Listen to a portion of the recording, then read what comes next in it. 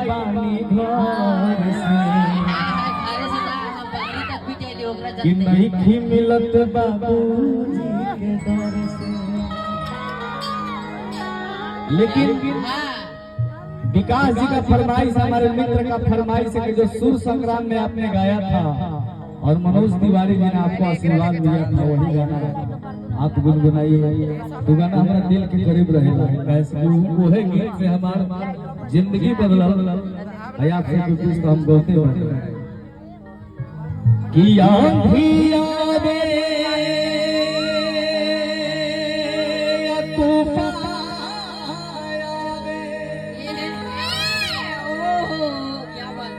कि हर हाल में दिया जगाने के बाद बोला रहल बा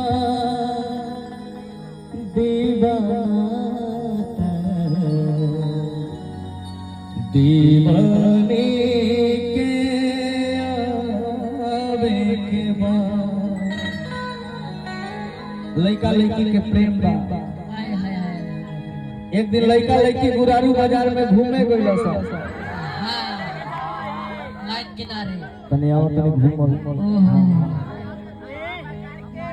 पहले एक भईवा देख लेलो आँख से। अब लड़की के भाई देख लो तो लड़का के दिल में का फील होला जानता हो। बेचैनी छा गेल। अब तो पिटाई पाए लड़की अपन घर गया। ओहो लड़का अपन घर लड़का पुकार रहा के रे पगली कहे है प्यार हो, प्यार किए बदनाम हो गए, तेरे मेरे चर्चे सरेआम हो गए और जालिम ने दिल उस वक्त तोड़ा जब हम तेरे प्यार के गुलाम हो गए। प्यार हो, ये प्यार है तो लड़का कहता हां क्या कहता कि तू दीवानी हो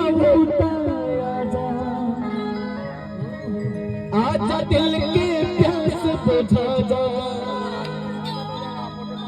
कि तू दीवानी हो आजा आजा दिल के प्यास बुझा जा। न तो प्यार तुहर झूठा इकरार तुहर झूठा, न तो प्यार तुहर झूठा इकरार तुहर झूठा। दीवानी हो आजा दिल के प्यास बुझा जा, तू दीवानी हो आजा दिल के प्यास बुझा जा। न तो प्यार तुहर झूठा इकरार तुहर झूठा, प्यार तुहर झूठा इकरार तुहर झूठा। आजा आजा जीना तेरी गली में, आजा आजा जीना तेरी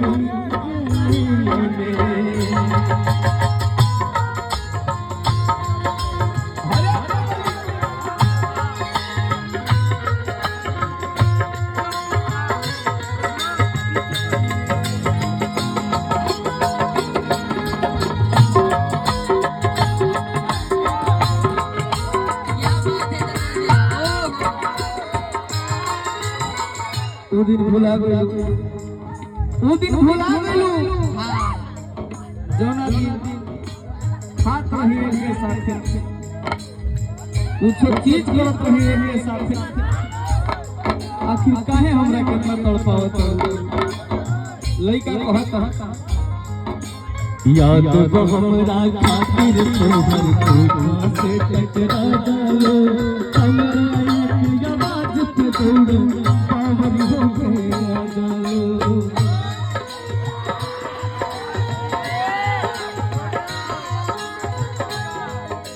याद तो हमरा खातिर तोहर कोठा से टकरा जालो, हमरा एक आवाज पे दौड़ो पावर हो गया जालो।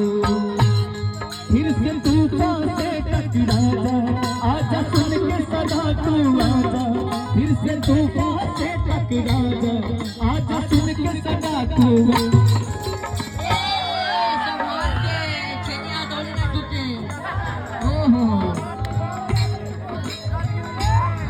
तू भी इतना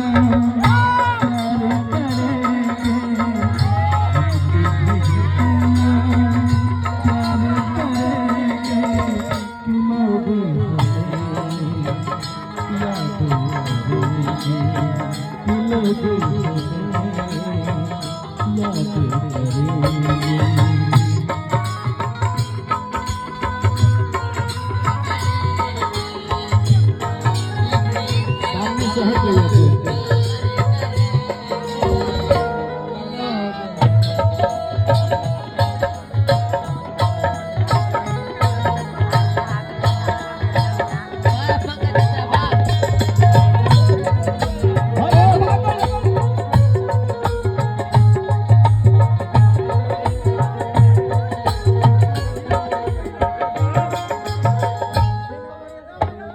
चाहे तू आवा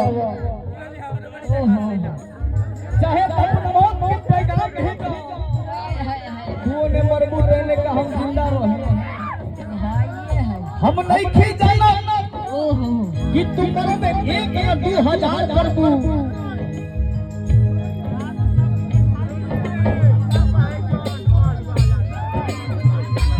हेलो हेलो हेलो कृपया आप लोग बैठ जाते हैं, बहुत अच्छा होगा।